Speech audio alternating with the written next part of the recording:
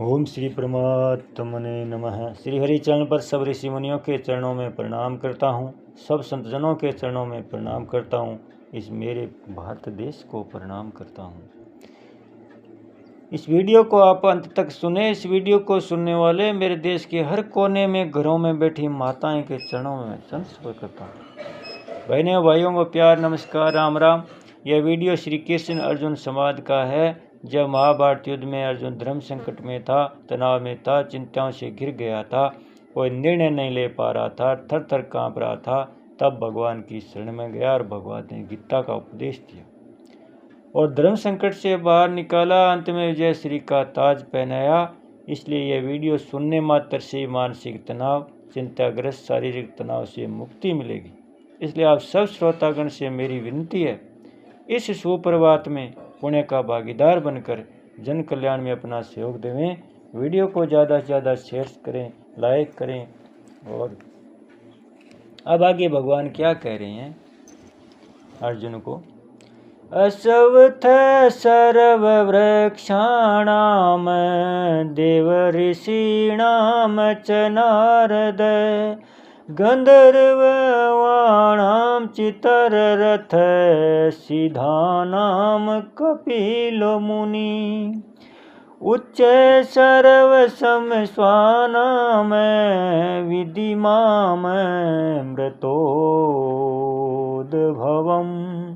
ऐरावतं गजेन्द्राणां नराणां च नराधिपम्। संपूर्ण वृक्षों में पीपल, देवर्षियों में नारद, गंधर्वों में चित्ररथ और सिद्धों में कपिल मुनि मैं हूँ अर्जुन। घोड़ों में अमृत के साथ समुद्र से प्रकट होने वाला उच्चेश्वर नामक घोड़े को, श्रेष्ठ हाथियों में ऐरावत नामक हाथी को और मनुष्यों में राजा को मेरी विभूति मानो। व्याख्या। असवथ सर्ववृक्षाणां में पीपल एक सौम्य वृक्ष है। इसके नीचे हर एक पेड़ लग जाता है और यह पहाड़, मकान की दीवार, छत आदि कठोर जगह पर पैदा हो जाता है। पीपल वृक्ष के पूजन की बड़ी महिमा है। आयुर्वेद में बहुत से रोगों का नाश करने की शक्ति पीपल वृक्ष में बताई गई है। इन सब दृष्टियों से भगवान ने पीपल को अपनी विभूति बताया है। देवर्षीणाम च नारद, देवर्षि भी कई है और नारद भी कई है, पर देवर्षि नारद एक ही है। ये भगवान के मन के अनुसार चलते हैं और भगवान को जैसी लीला करनी होती है ये पहले से वैसी भूमिका तैयार कर देते हैं। इसलिए नारद जी को भगवान का मन कहा गया है। ये सदा वीणा लेकर भगवान के गुण गाते हुए घूमते रहते हैं। वाल्मीकि और व्यास जी को उपदेश देकर उनको रामायण और भागवत जैसे ग्रंथों के लेखन कार्य में प्रवृत्त कराने वाले भी नारद जी थे। नारद जी की बात पर मनुष्य, देवता, असुर, नाग आदि सभी विश्वास करते हैं। सभी इनकी बात मानते हैं और इनसे सलाह लेते हैं। महाभारत आदि ग्रंथों में इनके अनेक गुणों का वर्णन किया गया है। यहाँ भगवान ने इनको अपनी विभूति बताया है।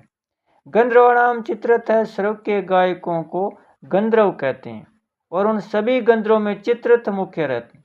अर्जुन के साथ उनकी मित्रता रही और उनसे अर्जुन ने गान विद्या सीखी।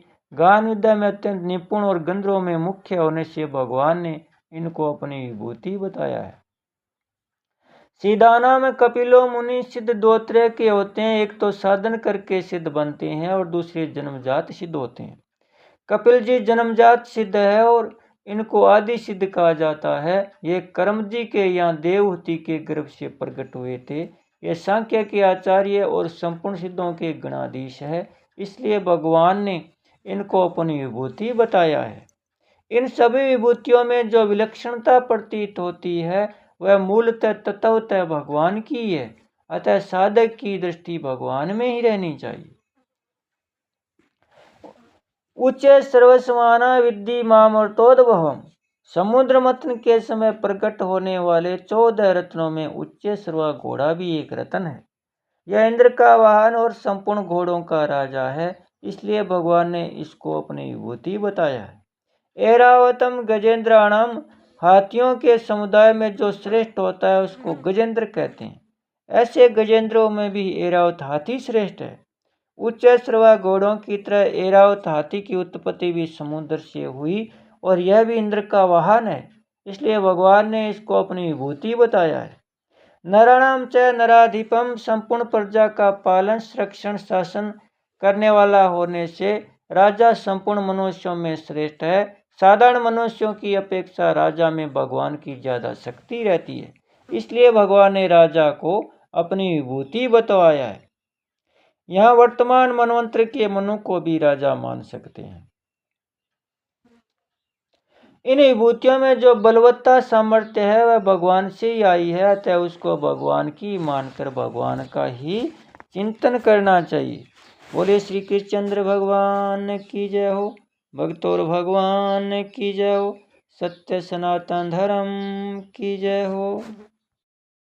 ओम श्री परमात्मने नमः। श्री हरि चरण पर सब ऋषि मुनियों के चरणों में प्रणाम करता हूँ, सब संतजनों के चरणों में प्रणाम करता हूँ, इस मेरे भारत देश को प्रणाम करता हूँ।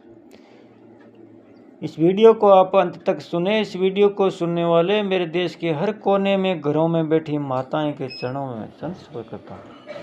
बहनों भाइयों को प्यार नमस्कार राम राम। यह वीडियो श्री कृष्ण अर्जुन संवाद का है। जब महाभारत युद्ध में अर्जुन धर्म संकट में था, तनाव में था, चिंताओं से घिर गया था, कोई निर्णय नहीं ले पा रहा था, थर थर काँप रहा था, तब भगवान की शरण में गया और भगवान ने गीता का उपदेश दिया और धर्म संकट से बाहर निकाला। अंत में विजय श्री का ताज पहनाया।